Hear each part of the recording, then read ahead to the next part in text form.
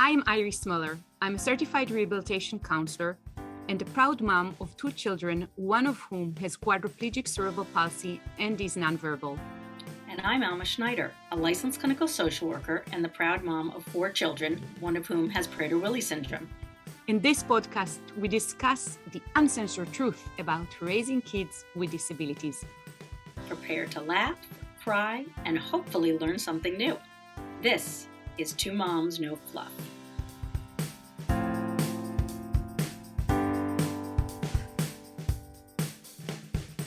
Hello and welcome to Two Moms No Fluff. We're so happy you're here.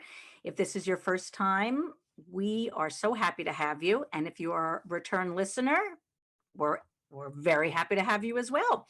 Hello, Iris. Hello, Alma. Alma, today, again, an interesting topic and something that is kind of close to heart. And I think we titled it, Who You Can Trust. Mm-hmm. And in our journey, you actually need the help and trust of, I guess, many people. And it's a complicated process because this is something that is really hard to do sometimes because our kids' situation is really, really delicate. And our emotional situation, at least at the beginning of this journey, is very, very delicate. And of course, that we have suddenly a lot more people involved in our lives. And you need to learn how to trust professionals and I guess paraprofessionals and who you bring into your life and your child's life. And it's not such an easy choice sometimes and not such an easy process. And Alma, I know that building trust is a long process sometimes, but maybe you can tell us something about your experience with this. Oh, I have many stories to tell about the trust journey. And yeah, I want to piggyback on what you said, that it's really hard in the beginning because this is a totally different kind of situation than just trusting people with your own personal information. Because when you are disclosing anything about your child, you're disclosing not just about you, but about other people, about your family members, about your child who has the disability. And it becomes much, much more complicated. So just want to put that out there to start, that it's not something that most people are comfortable with from the get-go. It takes a while to figure out how you want to deal with your new situation. And it can change over time. My child is 17 at the moment, and yours is 13. So we've had a lot of years to go through this and to have different kinds of experiences where we've gotten burned, experiences that, have made us really happy to share private information and that it's worked out. But it's, you will learn, if you're in those early stages, you will learn. So the first situation that I can think of, I'll go way back to when Lincoln was born, is that because we were completely surprised when he was born with a disability, we had no clue. We wrote, I was still in the hospital, and I remember Brian wrote an email to everyone who was waiting to find out, did she have a boy? Did she have a girl? And he wrote an email that was very personal to a lot of people who were some close and not so close. Some were more work-related people, but he wrote a very personal email about the diagnosis and what was going on. Fast forward a couple of weeks, a complete stranger reached out to me on email and said, I just received information that your child has Prader-Willi syndrome, and my daughter does too. And if you ever want to talk, I'd be happy to talk with you. And one might think, oh, what a wonderful email to receive. That's so great. I thought I was going to die. So this was my first experience of having my private pain and devastation. I felt violated. I felt completely violated, that a complete stranger, I'd never heard of this woman, I didn't know who she was, somebody, and I had no idea who this person was, contacted her and told her about our email. So I was, grateful to the woman. I said, thank you so much for reaching out. Can you please? But I was hyper focused on who the hell told you of this Yeah. stranger? Who told you? And she said, I'm not sure. I had gotten an email from someone, and I think she did know, but she was trying to To protect that protect. person because the person was obviously trying to make a connection for us. And the mom, I think it took, it's a long, it was 17 years ago. So my recollection is that finally she told me who the person was. The person ended up being somebody that Brian worked with in the past, not like a crazy close friend, but a friend. And she remembered that she had a friend who had a sister who had Prader-Willi syndrome. So this is where we have a lesson for everyone listening. Instead of her emailing that person and saying, I have a friend, a former business associate who just had a baby born with this syndrome. Is it okay with you if I reach out to her and ask her if you want to, if she's willing to talk with you? Instead, she was trying to do the right thing. She literally took our email and she forwarded it to this woman. This was a very personal email. It was very personal. And at that time, maybe I wouldn't have thought it was that personal right now, but having just gotten the news that I had, that our world was, all of a sudden turned upside down. And let's face it, I didn't want to focus on the fact that I had this diagnosis. Instead, it was much easier for me to focus on this woman and my rage and that she took our email and forwarded it. So I was on a mission to tell her off. I'm just going to be honest. Yeah. And I told Brian, I was like, give me her email, give me her phone number. And he didn't want to give it to me. And he was being level-headed about it. He said, I'm sure she was just trying to help. And I was like, I don't care. I don't care. Give me her email. Give me her phone number. He gave me her phone number finally. And I called her. And I don't even remember what I said, but that poor woman, years later, I apologized to her.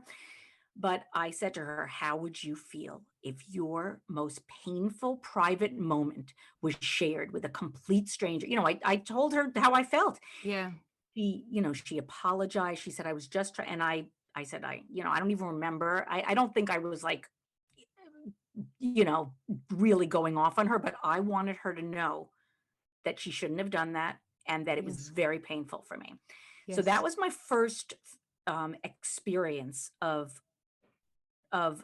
it was like a violation, which goes along with trust. So I'll stop there and let you, tell a story. But that was a real eye-opening experience for me for many reasons. Oh, my good one. I have to say, yeah, good one. Yeah, it's like because I'm sure everybody in this like ball game, let's call it this, have a story like that in one way or another. And I was just telling you about an experience my son had. He's a 9-year-old. And going to places and having friends from the neighborhood or other friends that already know of his sister and our house situation, kind of with regards to his sister, out him. And at age 9, he likes to go places and not be kind of an ambassador to the disability community. And it's interesting to me how that happens and the effect of like private stuff of ours, whether we're adults or children, how if it is shared before we are ready, how it can affect our well-being. And it's a painful topic. It's just it is. It's bringing me back. It's bringing me back. Long Yeah, time ago, but it's still, I remember that feeling. yeah. I'll say something that is way less emotional, but still in the topic of trust. I guess for families whose kids have some kind of, medical, I guess, involvement in the early stages, there's a lot of trust issues with regards to medical advice. Sometimes decisions need to be made on the spot, and things that have big ramifications, that parents are kind of put in a stand that they trust medical professionals to make the choice for them or to recommend what's right and wrong. And it's sometimes a painful reality to discover that protocol is just protocol, and not anything and everything that is on the protocol is worthy of your child's suffering, your, time, money, energy, and everything that it involves. And for us, I think the very first kind of few slaps in the face were just like, just signed an AMA against medical advice, because you have to like be the barrier between what's good for an individual child and what's the general kind of, I guess our medicine, in at least in the United States, is very kind of lawsuit protective, and a lot of things that are kind of, I think, are almost there to kind of protect the hospital and the physician themselves are not really important or necessary for your child. And I think that one of the rude awakenings for us was just that we had to be a barrier, and to basically protect our child from unnecessary medical interventions. And that's kind of harsh maybe to say like that, but it's No, it's true. the reality. And I think my recommendation maybe for parents in this journey is to always ask why at least 3 times, and to always ask for second opinion, sometimes even third and fourth, and to know that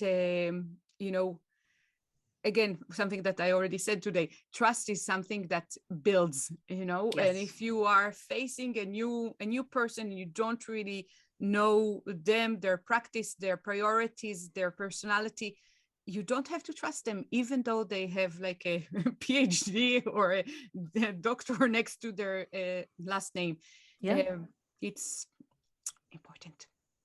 Yeah. So and trust is, trust is so important to feel safe, because again, I always bring this up, and putting on my social worker hat again. If we don't feel safe, we can't function, because we have to, be able to be calm and rational to be able to make important decisions. And if we don't feel safe, our brains won't, if we have that kind of anxiety, we're not going to be able to think clearly. So it's so important that, especially at the beginning and at every difficult stage, there are little crises that happen throughout our journey with our kids. And if we don't feel comfortable and safe, we're not going to be able to be the best that we can be. So moving right along. Yeah, sorry, that is, I think, one of the things that makes kind of a new diagnosis so shocking and so hard to deal with, because not that typical kids come with a manual, like here is what to do with your baby. Almost though, but with our kids, it's really kind of the big vast unknown that you need to explore on your own. And in addition, that there's the figures that you think you can trust, the experts, and then when they fail you, you're kind of like, oh my gosh, I'm drowning here, and there's nobody to help. And it makes the whole first couple of years a big kind of like confusion almost. And you need to really, I call it, develop your own spine, because you need to kind of be the anchor for a family, which is your family in this case, and for a child that really their physical and emotional health is totally dependent on you. And it's a lot to ask from someone who's, the floor was just taken from underneath their feet.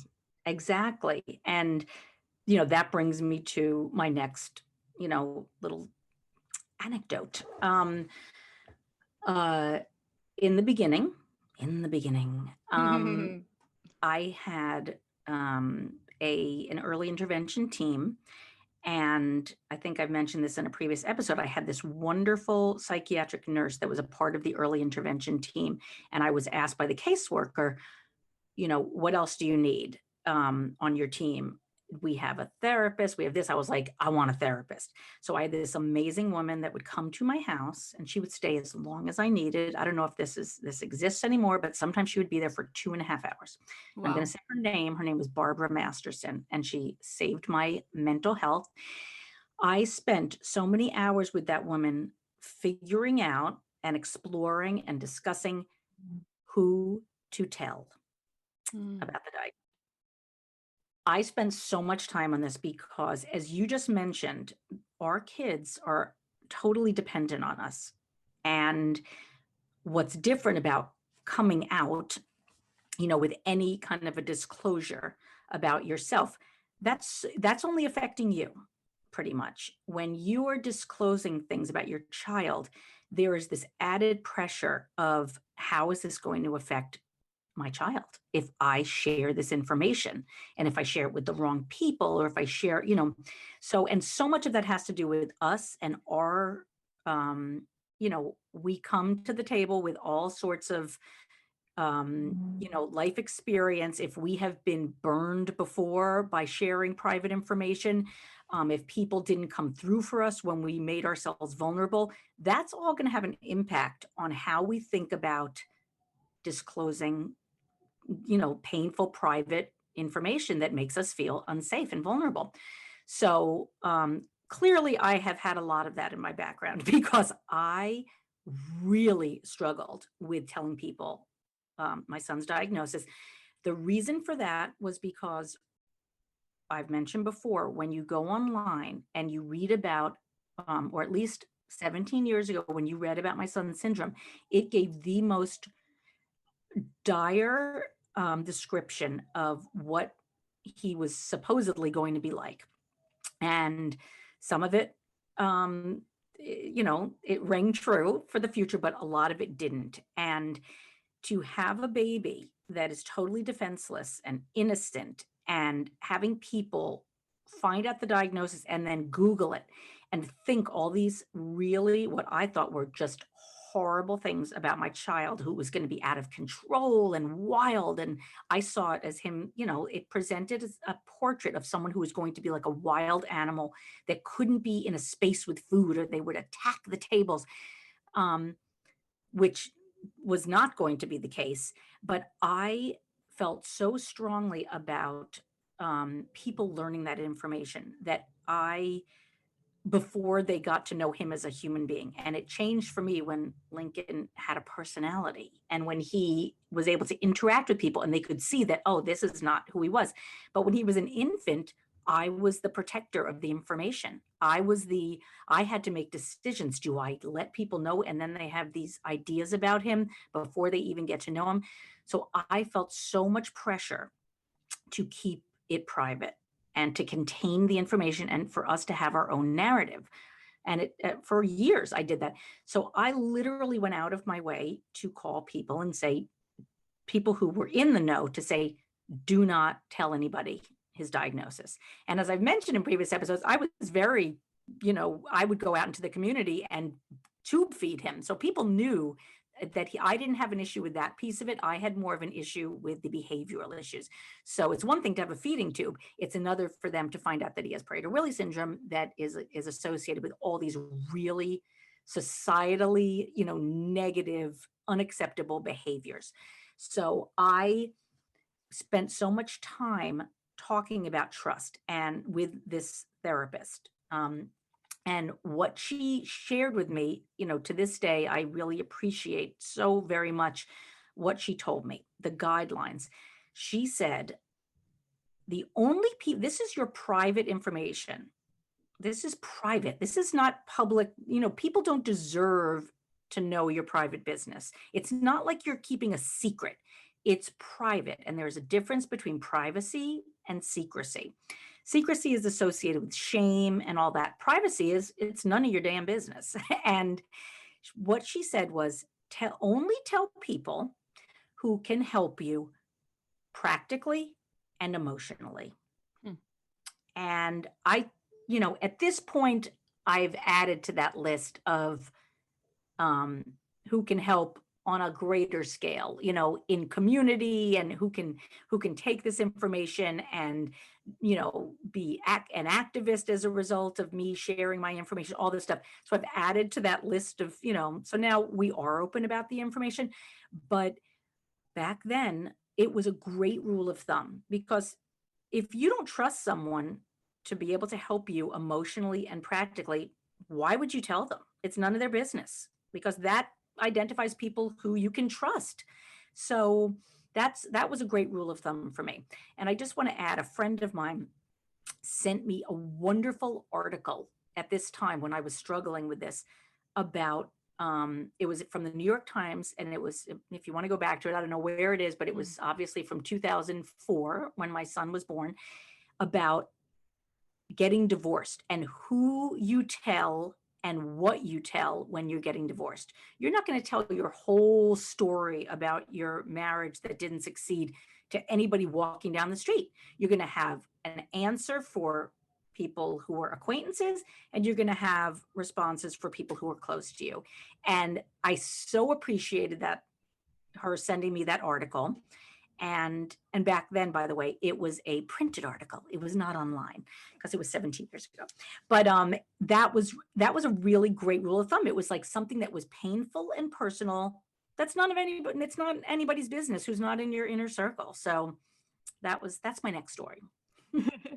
Yeah, that was a hard to deal with story. I thinking about Lincoln and knowing the teenager that he is, it's just actually really hard to listen to this, and so unfair, because for anyone who doesn't know Lincoln, he's a beautiful, charming young man who's so gentle and delicate and good-hearted that it's just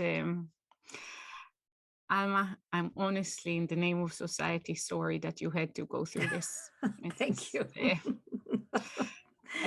Thank you for speaking on behalf of society. Yeah, no, it's so unjust. There's so much pain and misery that can be prevented.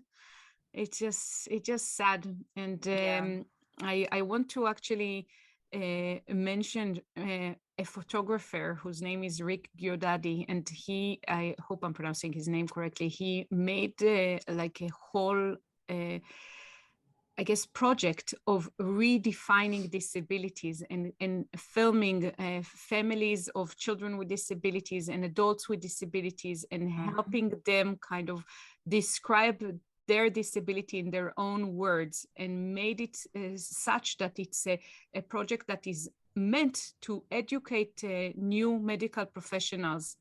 And this is so important, because unfortunately, for many, many disabilities and syndromes, the videos and articles that you're describing from your own kind of self-realization and research about Prader-Willi syndrome specifically, this is still the kind of horror scenario that medical professionals are exposed to. And with that knowledge, they're supposed to now meet and educate new families. This is horrific. Yeah, so, I did mention, I just want, if for people who haven't listened to some of our previous episodes, the doctor did say to me, he will eat anything that is not tied down. So when you have an infant and you imagine like an animal, like I imagined a dog, and that kind of sets the emotional stage for how I thought about the syndrome. So, it's how we're told the diagnosis as well has such a huge impact on how we feel about our kids and our concerns. Yes. Sad. I wanted to say that for us, the very beginning, we needed a lot of help, physical help, like we were moving and we had like financial needs and suddenly a lot of medical needs for a daughter that required budget and time. And I think one of those, like, who can you trust was built through asking people for help and having this very, very unfortunate process of having the doors shut in our face multiple times by people that were sometimes really, really close to us. And I think that was also like a very painful process in which we had to kind of I remember once we were planning one of the moves. We had a few serious job related moves with in the first couple of years of my daughter's life, and we asked someone to come and help us, and she's like, no, I can't, I really injured my hand. And we're like, no, we don't need any physical help with the move. We just need someone to sit kind of in front of our daughter who is quadriplegic and can't do a thing for herself, and maybe wipe saliva or just like play with a toy in front of her or put something in her mouth, just for kids that don't have the ability, by the way, totally unrelated, to explore with their mouth or bring things to their own mouth. You really need to help them with this, because then they miss out on all of the oral motor development that is so important in the first year. So we would physically sit and like put toys in her mouth so she can kind of explore with her tongue and lips and all of that to kind of help with this. And so it's really easy. And like even like someone being there for a couple of hours instead of us, like relieves us to pack and move and do other things. And at the end of the day, wanting, let's say in this case, like a close family member to come and help with something like that, we thought that it would be like really easy and something that it's like, just come for a couple of hours and help us out. But it was the accumulation of like experiences like that with the same individuals that kind of like eventually we're like, okay, so we thought we had like 5 family members on each side of the family, and we ended up counting and we only have 2 that actually would care and come and help. And it was hard.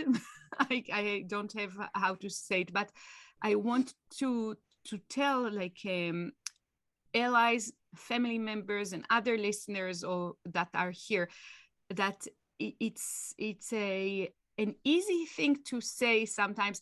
Oh, your daughter is invited. She can come and have a sleepover at our house anytime she wants.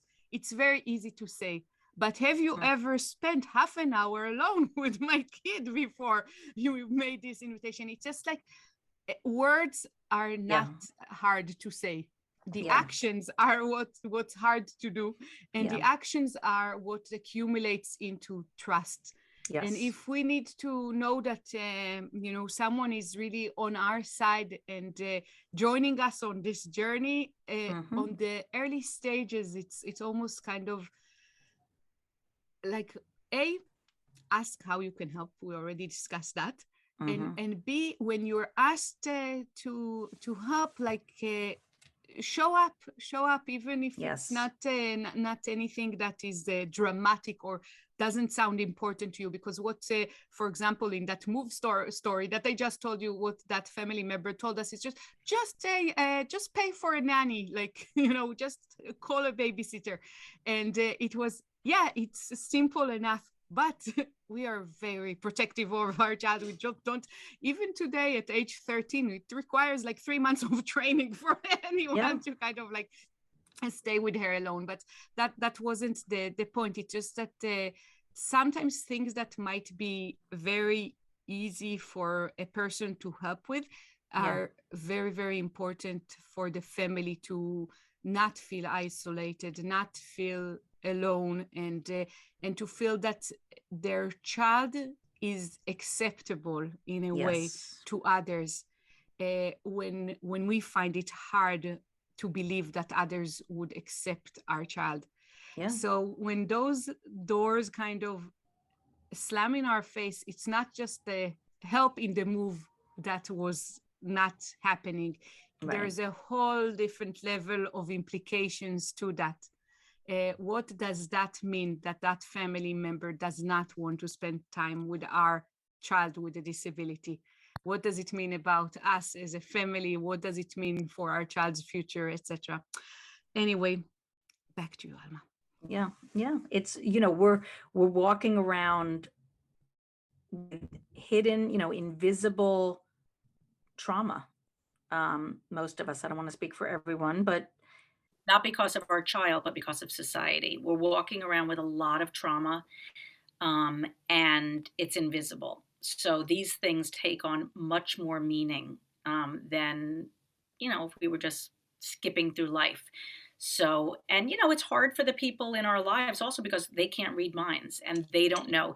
And so oftentimes there's, the onus is on us, the burden is on us to have to explain to them what we need. And I'm going to be brutally honest. It's painful to have to explain what we need. It's, all the time. And it's a real, there are a lot of conflicting emotions there because we would hope that it's obvious and we feel that it's obvious. Like, of course we need this help. Of course we need you to step up and follow through. If you say you're going to help and then you're not there, it takes on a lot more, meaning to us than just you saying, oh, I can't make it. We need to know that we can trust people. And we're very, very vulnerable. And again, I'm speaking in generalizations, but a lot of us are very vulnerable, especially in the beginning.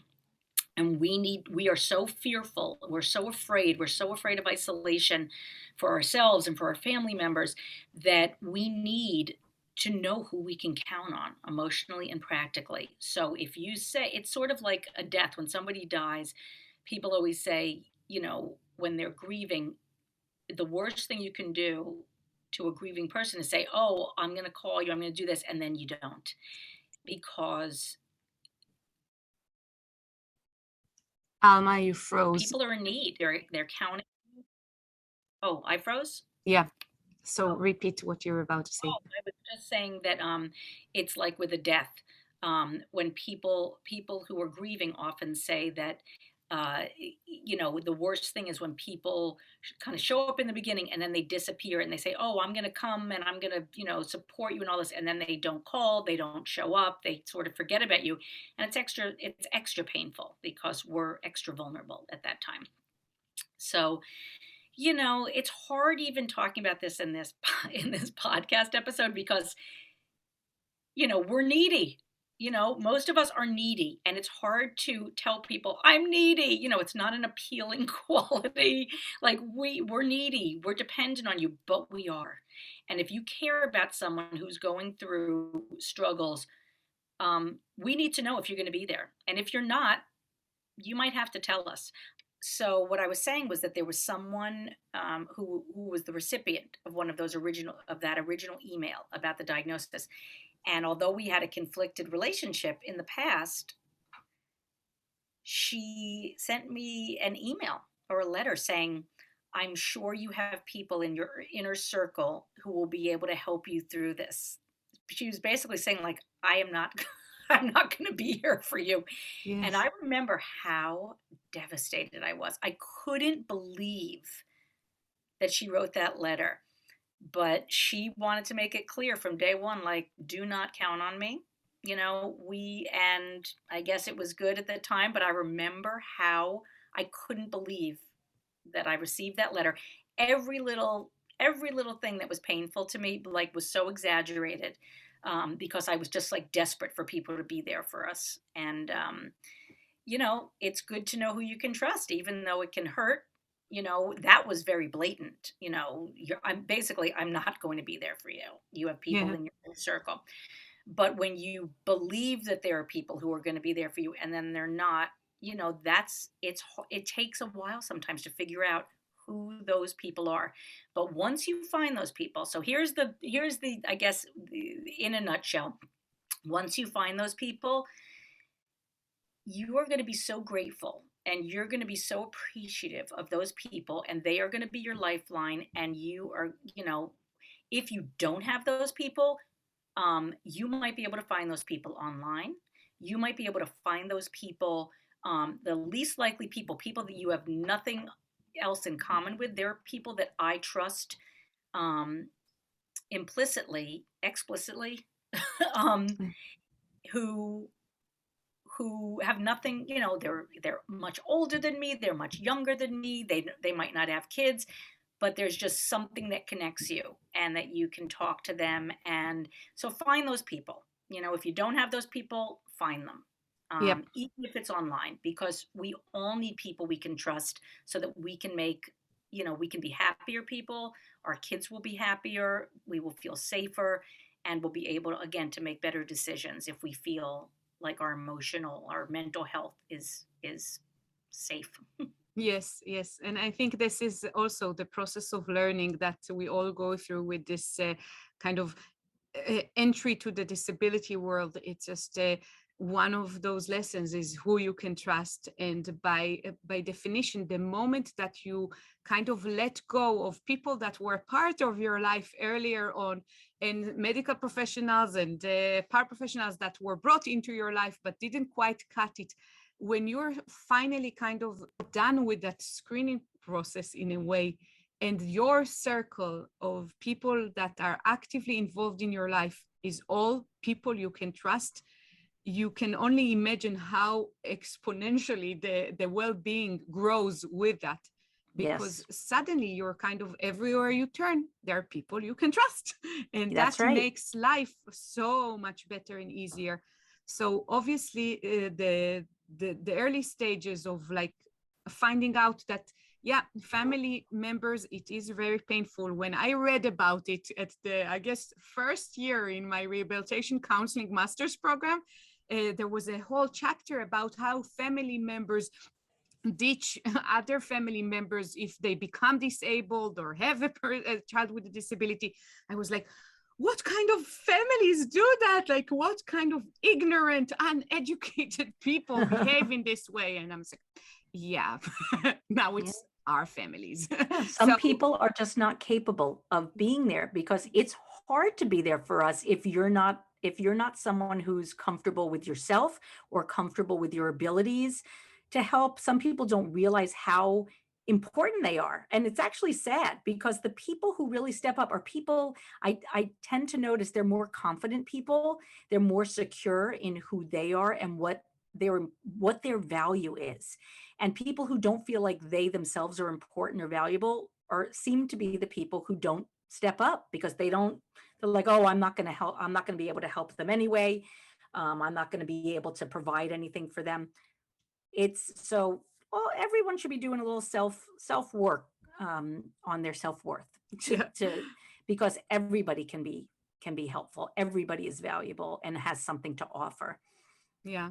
And I think that at the end of this, Alma, when as painful as it is, when you know that some family members just can't step up for you, and some friends would not join you on to the next chapter in your life, and you let go and you welcome in the new friends that are like ready and equipped, then life is much, much better. And that goes for all life, by the way. That's not just for us. That's for everyone, weeding out the people who are not there for you. I mean, that's just basic, common sense. And this situation, so this is part of the silver linings episode.